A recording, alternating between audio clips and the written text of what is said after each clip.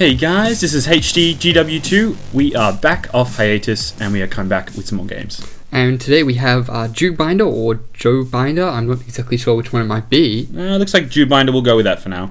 And vVv Gaming. And yeah, I guess triple V. It's kind of like triple X, but except that it's triple V. Oh god, I just sounded like 10 guy. 10 guy? The guys on Reddit will get it, don't worry. Alright, so on joO we have Dual Guardian, Warrior, Engineer, Elementalist, and on vVv Gaming we've got Dual Mez, Engineer, Thief, Guardian. Alright, so if you guys are after Dual Guardians and Dual Mesmers battling out on Kylo, then you are on the right YouTube channel. Otherwise on the other ones there's some, kitten curls and things like that. Anyway, let's get into the game. Sweet, alright, we've got the perspective of a warrior. We haven't seen one of these in a while. No, we haven't, and the good thing about this one is he's got a shield. No, he doesn't. He's got an ice bow, and he's gotten that from the Elementalist. That is a pretty awesome combination. Let's see what he does with this. We can see in the chat log, maybe you could read that out for the viewers. Looks like, yeah, we see ready up now, Ferk, Soul, Brother, and that means we are going to have an awesome game. Cool. Heading up to the trebuchet here. Why is he going up to this treb with an ice bow? I mean, we have not seen much use of those elemental weapons so far. Could this be his dropper number 4? Ooh, that's going to be doing a ton of damage. Check that out. Wow. He's dropped it from like halfway to about, well, pretty much full to about halfway, and then he's going to finish it off with the rest of his sword. Hey, he hasn't fully killed it off there. You see that? Yeah, he's leaving a little bit of health on him. I guess we're going to find out exactly why that might be. You know why? Because there is no respawn on that repair kit. A lot of players have been complaining about this. No respawn on the repair kit means as soon as your treb is down, repair kit is up. And they might be trying to avoid that. That is very true. That's a good point. I haven't actually seen this done before. Quick Bull's Charge, Frenzy, easy mode, smash that guy out, drop him, let's go to the next point. Done. Yeah, really, with those Bull Charge, 100 Blade combos, with the Frenzy as well, teams really need to be prepared for that sort of thing, I think. But yeah, I mean, it's so tried and true. I mean, like I said in the previous game, we can't really say like there wasn't much of a meta prior to this, but it's pretty much been the focus of sPvP since day one. Although they did nerf it recently, so it's not as sort of OP. You can see this warrior just heading through that tunnel there in the clock tower. If we just look at the points they're capping at the moment, you can see they've got the mansion, they've got the windmill, they haven't got the clock tower. Now, having both of those points, like we've said before, it's probably not the best because it is hard to defend, and getting your players from one point to another is a little bit more tricky when you're trying to defend those two. Your one close point and then one far point. Well, I like to think defending those 2 points is great if you've got movement ability on your side, and that is the case for vVv. Since they've got that dual mez, they can do portals and things like that. We do see the Time War dropped on this point from those mesmers, and that's going to be doing a lot of damage. They are going to lose their engineer, and it does look like this is going to quickly turn into a 3v2 in just a moment. You can see joO being able to do a lot of work, just keeping that point in their favor because of the amount of blue players, and there we go, it's gone back to the... But he did manage to take 2 people out there. See that? He's just gone and dropped pretty much their Mesmer as well as their Engineer, despite losing a player and pretty much all of his health during to that time of that Mesmer Ellie. Just in the downstate here. I mean, hopefully we'll be able to see a rally on the warrior. There we go, there's the rally up. He sort of waited quite a while before he popped that Vengeance, and maybe just to get the maximum amount of time from this, he just really wants to get a rally. He did manage to drop that Engie, and he's going to stomp him. Ooh, that was really great use of his Vengeance. Looks like there are too many players from vVv here at the moment, so we'll see the warrior going back to the respawn very quickly. There we go. Good time to die, if anything. Yeah, that quick respawn. Perhaps he was actually looking for that. I wasn't aware of the clock, but that was a pretty cool play. I must say, even if you didn't mean to make it plan out like that, it did work out quite well.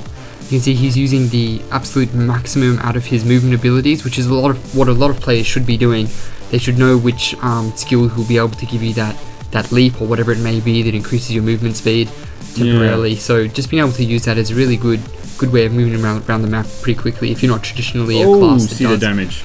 Yeah, using a trebuchet here, able to put out a lot of pressure onto that clock tower. Oh, he's going to hit him. It's great to mark those targets because you're going to see him take damage. Oh, boom! He drops him. That Guardian went down. Nice job. Oh, it looks like the Thief is pushing up to him here. Why would the Thief be attacking with this such little health? Oh, the Ellie just jumps right in. He must have been getting chased for quite some time. That Thief didn't quite make it. Bit of a brawl happening down there, probably. Now you can see he's actually going for the stomp here on the Thief, just out of the camera view, but you should really be trying to kill the thieves because we know how much of a hassle that they can put up and in the he did just downstate. get him there, but I think that was like their 3rd or 4th stomp, if not. This warrior's just not even going to bother with it. He's just going to be start dropping the bombs. He's going to be cranking that round back onto the clock tower. Going to see some more damage here. And this is a great situation. They've got the mid and they've got 1 point on the other side, as well as being able to siege the middle like this. That's what you want. You want to be able to have that mid point controlled, as well as one of your closest points, basically. Oh, and getting a great Bull's Charge there, 100 Blades. Yeah, Bull's Charge kind of missed, but due to that sort of odd positioning, he was higher up and he managed to do a lot of damage to that Mesmer, knocking a good half his health off.